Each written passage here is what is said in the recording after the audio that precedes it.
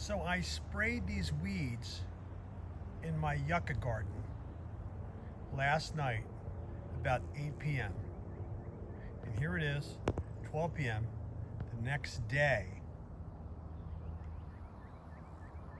And what is that, like 16 hours later? Look at the grass and the weeds. And I used vinegar, water, and dish detergent. I'm going to give you a full-length video. It's coming up soon. Keep your eye out on it.